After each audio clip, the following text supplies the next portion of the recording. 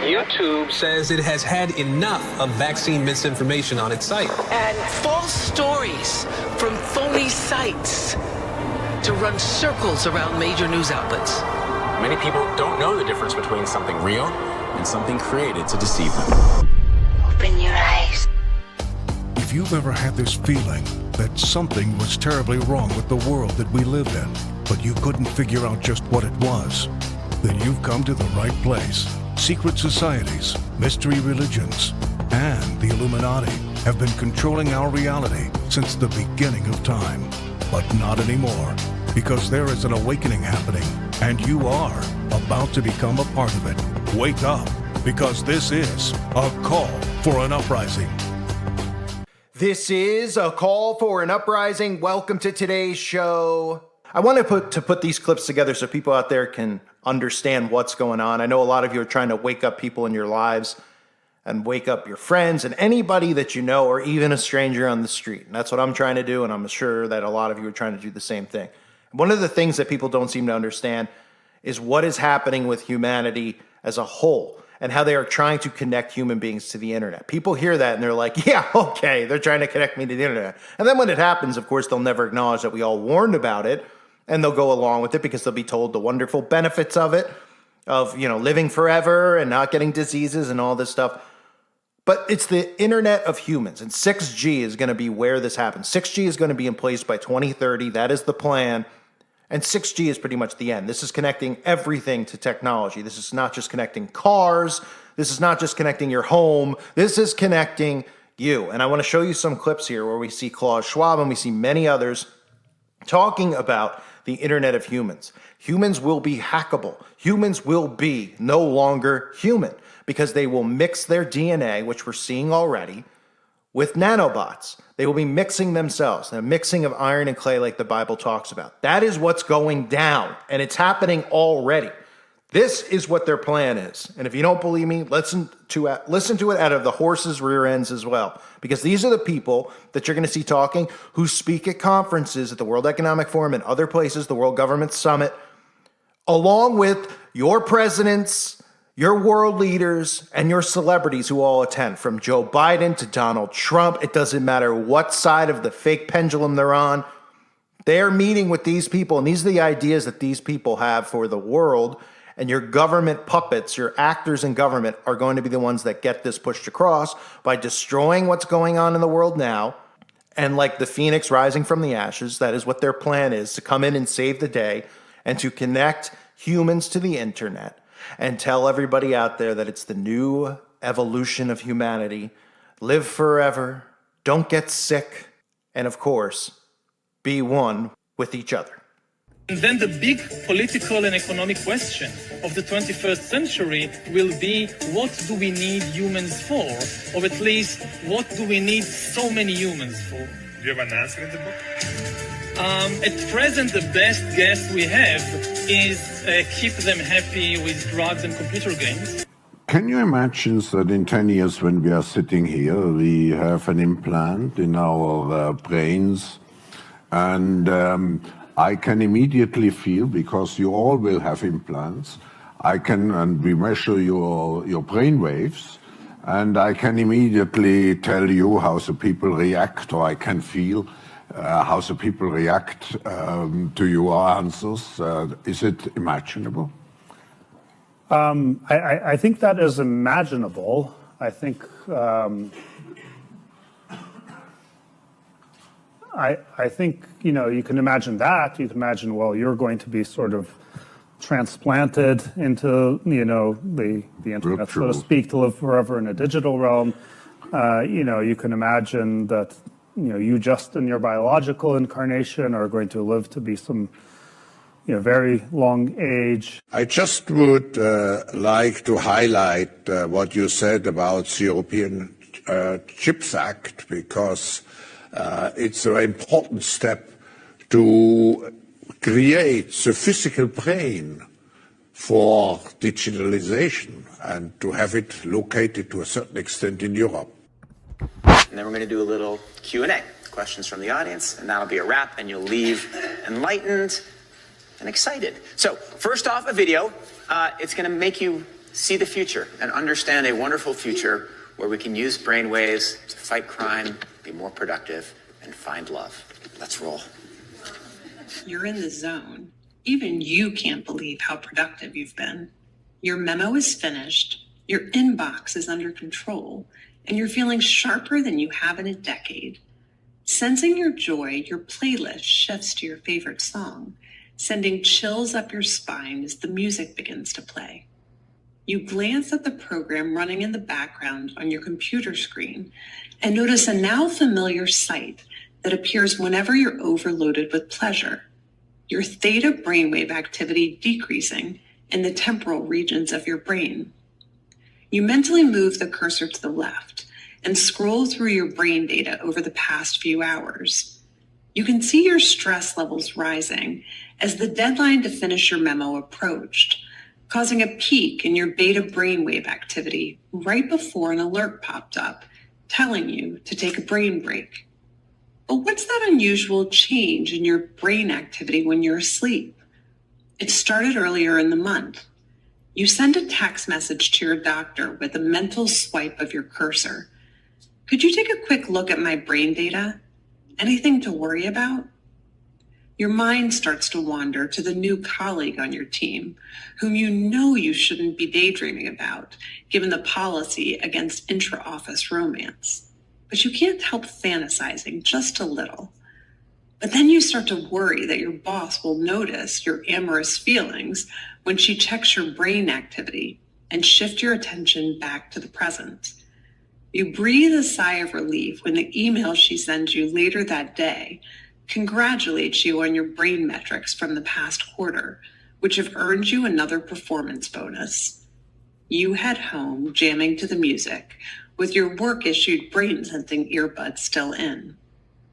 When you arrive at work the next day, a somber cloud has fallen over the office. Along with emails, text messages, and GPS location data, the government has subpoenaed employees' brainwave data from the past year.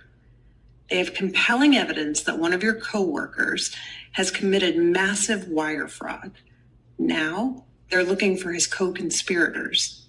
You discover they are looking for synchronized brain activity between your coworker and the people he has been working with. While you know you're innocent of any crime, you've been secretly working with him on a new startup venture. Shaking, you remove your earbuds.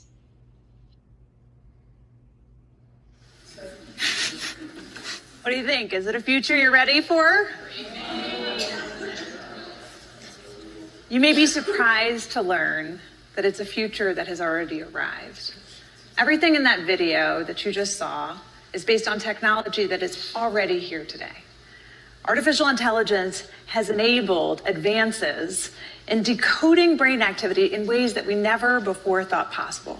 You've heard a lot about AI over the past few years. Here at Davos, it's been the talk of the hour.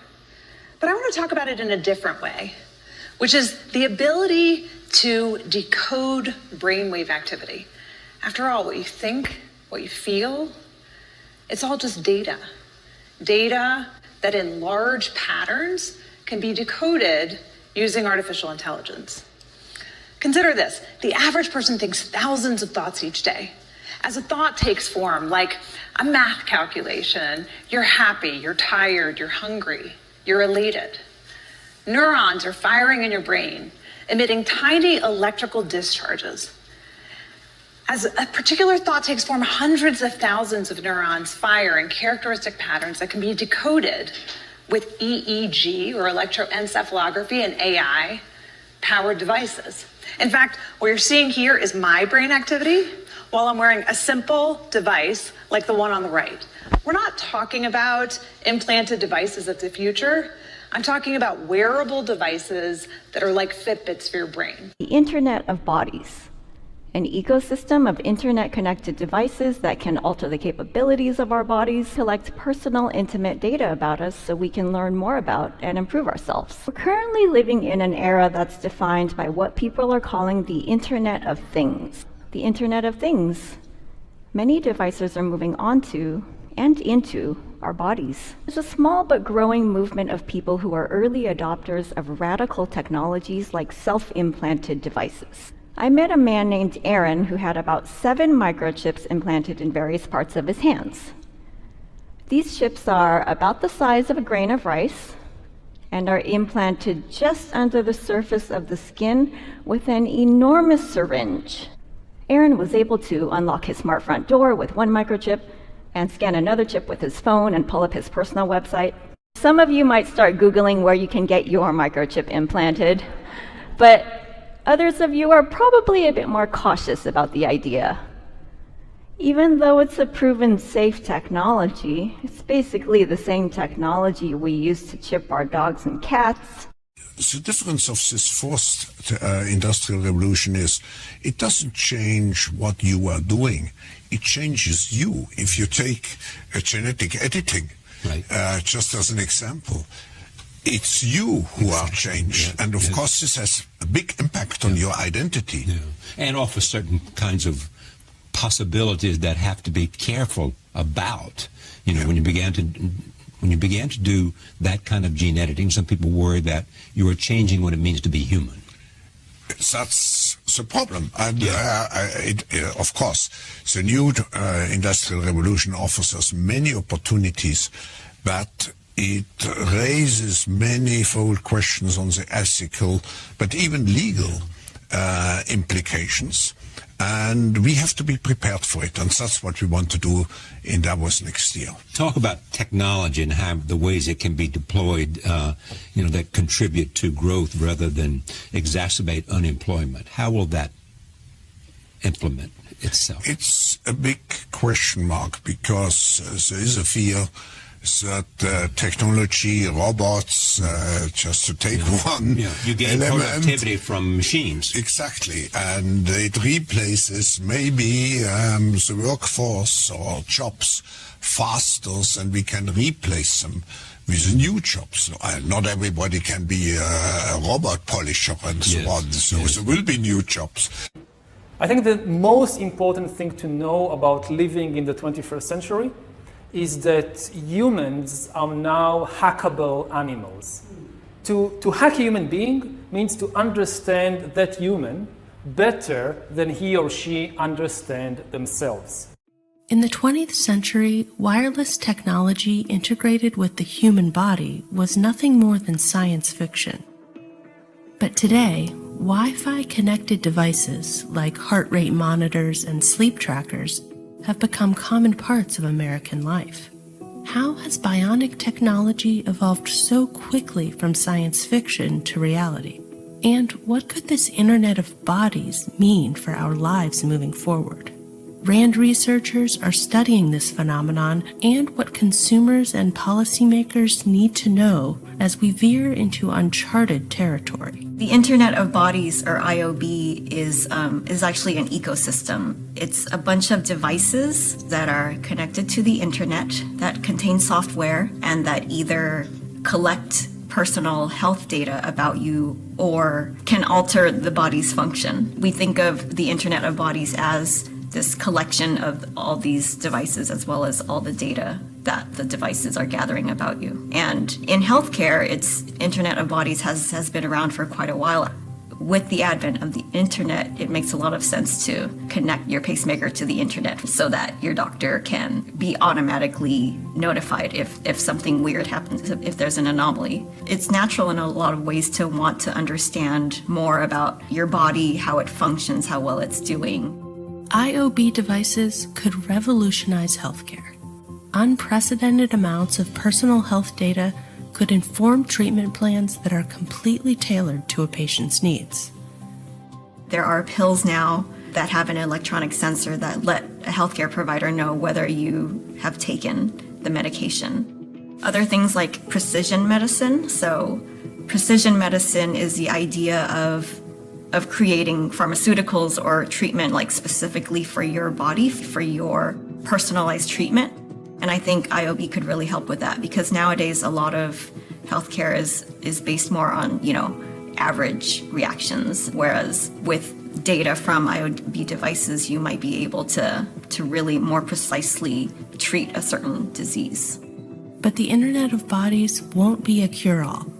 In fact, the largely unregulated market poses risks to the uniquely sensitive data these devices collect. First of all, there's the cyber risk of an actor potentially hacking into the system, whatever it might be. There's the privacy risk of all this data that's being collected, and the regulations about that data are really murky at the moment. And so there's not a lot of clarity into who owns the data, what happens to it, who it gets sold to, how it's being used.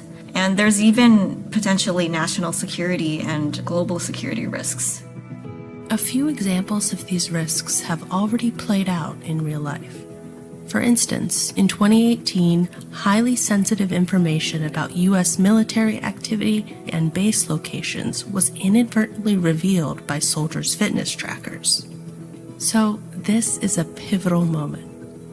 What can we do to make sure we reap the potential benefits of the Internet of Bodies without risking our privacy, security, and personal autonomy?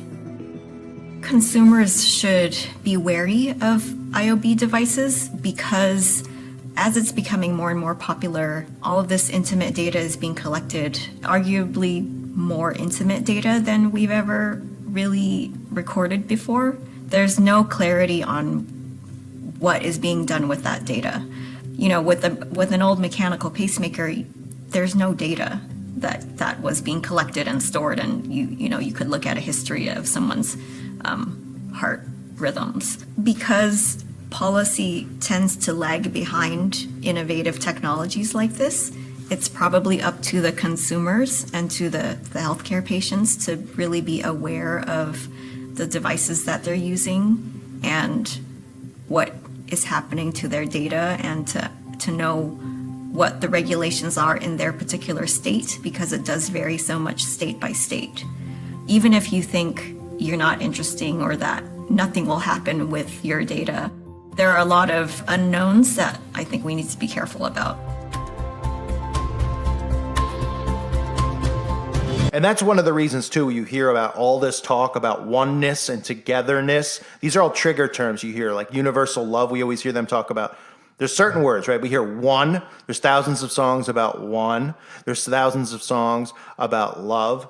And there's thousands of brands and marketing techniques that are used that are pushing this onto people. Togetherness. They want everybody connected. You're going to be connected literally to the internet. People just can't wrap their heads around it. They're like, well, I'm not going to willingly take a chip or anything like this. Well, people are willingly already doing certain things and they don't even realize it. And people like me have been trying to warn, and many of you are trying to warn people about it. And what's the response that we get? You're crazy. You're crazy. And then when they admit to it, they still will go, you're crazy. And then it'll be too late for many people out there. 6G is right around the corner. And they're already talking about 6G. We see Samsung's talking about their 6G spectrum and 6G rollout by 2030.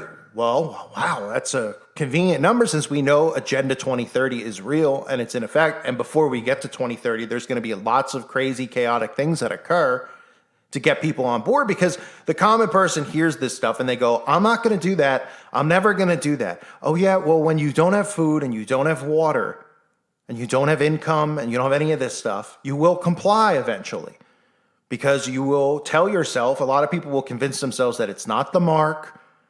They'll see other people do it and they'll say that everything's fine. They seem fine. I'm going to go along with it. And they're going to get beaten down and worn down until they do it. Now, they obviously have to create chaos to do this. And that's what you're seeing going on now. This is the beginning of it. We just had a 2-year window where it was a lot of the stuff that's going to be integrated into how people live in the future, with being isolated from one another and being connected to the internet at all times instead of being connected to humans in reality at the same time, being in the same room as somebody. People now, Zoom and all that stuff got pushed so hard during that 2-year period. Now we're seeing, obviously, the rumors of the shortages, power grids, all this stuff. That'll be the next stage to cause chaos. When that chaos is ensuing and going on, people will be turning on one another, going after one another, and eventually be worn out by all of it. And those who survive, when they come up out of their underground bunkers and they reveal to everyone that everything's okay and we could do this together and we need to band together. Everybody will join in and hold hands and sing Kumbaya. And they'll be told, look, the future now, if you want to survive in this new world, because we've had hackers and we've had all this stuff, we're going to have to connect ourselves to the internet. And we're going to have to, the way they market it and roll it out will work. Because we've seen how they market things and they get people on board. They put a nice background song behind it. They show people smiling. And nobody realizes, that's what I keep saying about these pharmaceutical commercials, just watch one on mute. Just watch it on mute. You're like, oh, wow, this is great. What are they talking about? Then you unmute it, and it's like, side effects could be diarrhea, long-term cancer, blindness. I mean, they go on and on and on. And you're like, why in the background of the video are people like eating cake and having a good time and smiling and playing in the park? I mean, it's just the ultimate deception. And they use mind control tactics like that to get this pushed across. So the Internet of Humans is what is coming next. Humans connected to the internet with 6G technology.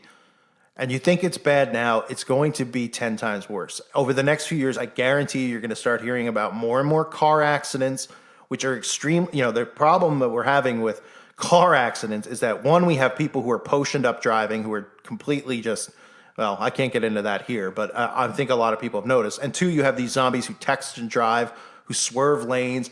This is stuff that's going on they don't talk about yet, but they're going to start pumping it in the TV and saying how dangerous drivers are, And listen, I've been saying it for years. You'll remember when you see it. You'll be like, oh yeah, I remember Cole saying that. They're going to start pumping it over and over again.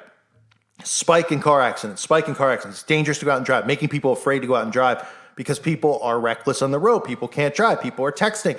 And then they'll get their driverless cars. This stuff is all going to be rolled in. And it's a system of total control where you have no free will anymore. You will not have free will because you will be connected to this system.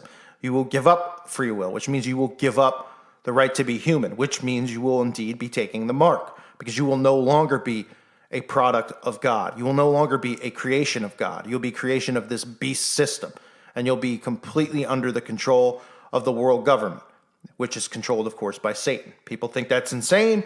All this stuff is right in front of you. I've been showing you guys who listen to my channel for a long time, for years and years and years, this obsession with Satan.